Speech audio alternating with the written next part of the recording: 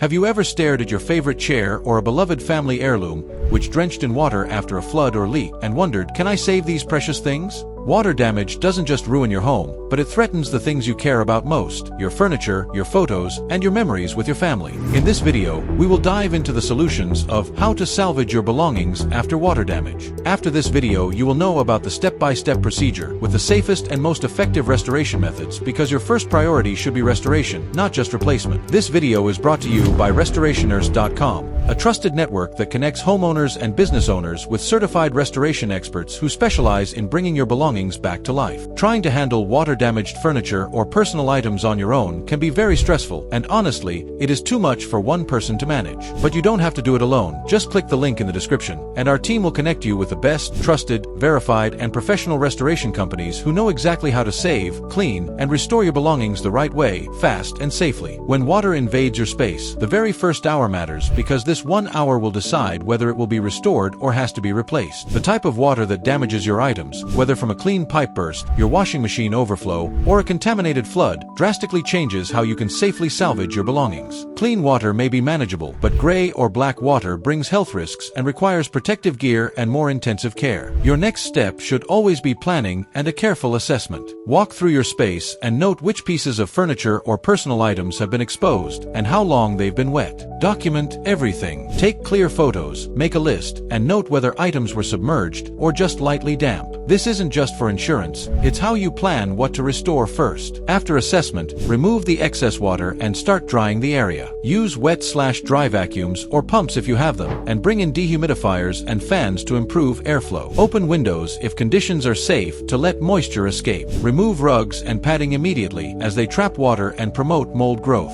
While you're drying the environment, avoid walking around too much so you don't reintroduce moisture to carpets and floors. Now, the real work begins: drying your furniture.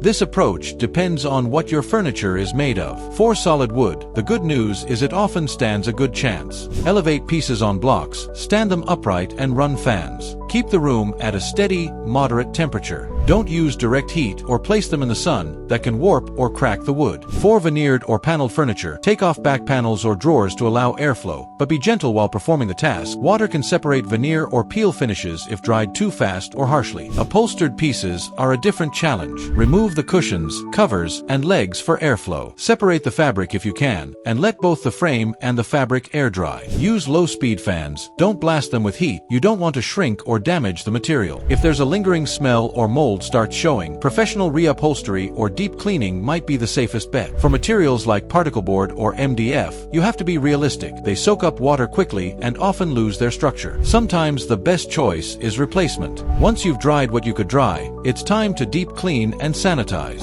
If the water was contaminated, you need to disinfect surfaces thoroughly to stop mold and bacteria. Keep indoor humidity around 30 to 45%. Use a hygrometer to check so you're not reintroducing moisture. Look under and behind all furniture weekly or more often, especially in the first few months. Pay special attention to wood joints and hidden areas, and if there's a musty smell or any dampness, act fast. Here's a quick recovery checklist to help you stay on track. Assess damaged items and separate them by material. Remove water and dry the overall space. Safely move and elevate furniture. Use the right drying techniques depending on furniture type. Deep clean and sanitize all surfaces. Inspect for long-term damage or mold growth. Monitor humidity levels for weeks or months afterward. Document everything for insurance or restoration purposes. Now let's see when you should call the experts. If your water is contaminated, like from a flood or sewage, if there's a large volume of water affecting your valuable furniture, that's when a certified restoration specialist is worth it. These pros have high-powered drying equipment, advanced disinfectants, and the experience to restore items safely and efficiently and effectively. Restoring your beloved furniture and belongings after water damage isn't just about saving things. It's about preserving your memories, your comfort, and your peace of mind. Acting quickly,